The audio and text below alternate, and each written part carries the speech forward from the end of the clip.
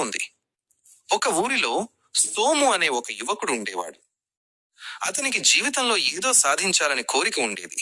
కానీ ఏ చిన్న కష్టం వచ్చినా త్వరగా నిరాశ చెందేవాడు. నా వల్ల ఏమవుతుంది, నాకంటే తెలివైన వాళ్ళు చాలా మంది ఉన్నారు అని ఎప్పుడూ తనని తాను తక్కువ చేసుకునేవాడు. ఒకరోజు ఆ ఊరికి ఒక గొప్ప మేధావి వచ్చారు. సోము ఆయన దగ్గరకు వెళ్ళి, అయ్యా, నేను విజయం సాధించాలంటే ఏం చెయ్యాలి? అసలు నాలో ఆ శక్తి ఉందో లేదో నాకు ఎలా తెలుస్తుంది అని అడిగాడు. ఆ మేధావి నవ్వి సోము చేతికి ఒక నల్లటి రాయినిచ్చి ఇలా అన్నారు, నాయనా, రేపు పొద్దున్నే ఈ రాయిని తీసుకుని సంతకు వెళ్ళు. అక్కడ ఎవరైనా దీని ధర అడిగితే ఏమీ మాట్లాడకుండా కేవలం 2 వేళ్లు మాత్రమే చూపించు. కానీ ఎట్టి పరిస్థితుల్లోనూ దీన్ని అమ్మకు. సంతలో జరిగిన విశేషం. మరుసటి రోజు సోము ఆ రాయితో సంతకు వెళ్ళాడు. ఒక ముసలావిడ ఆ రాయిని చూసి, బాబు, ఈ రాయి ధర ఎంత? నా దేవుడి గదిలో పెట్టుకుంటాను అని అడిగింది. సోము మాట వరుసకు తన 2 వేళ్లను చూపించాడు. ఆమె 200 రూపాయలా?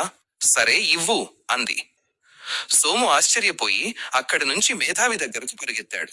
మేధావి విని, సరే, ఇప్పుడు ఇదే రాయిని తీసుకుని ఒక మ్యూజియం ప్రదర్శనశాలకు వెళ్ళు అన్నారు. మ్యూజియంలో ఒక అధికారి ఆ రాయిని చూసి ఆశ్చర్యపోయి, ఇది చాలా అరుదైన రాయిలా ఉంది, దీని ధర ఎంత అని అడిగాడు. సోము మళ్ళీ 2 వేళ్లు చూపించాడు. దానికి ఆ అధికారి 2000 రూపాయలా? పర్వాలేదు, మా మ్యూజియం కోసం తీసుకుంటాను అన్నాడు. సోము మళ్ళీ ఆశ్చర్యంతో మేధావి దగ్గరకు వెళ్ళాడు. చివరిగా మేధావి, ఇప్పుడు ఒక వజ్రాల వ్యాపారి దగ్గరకు వెళ్ళు అన్నారు.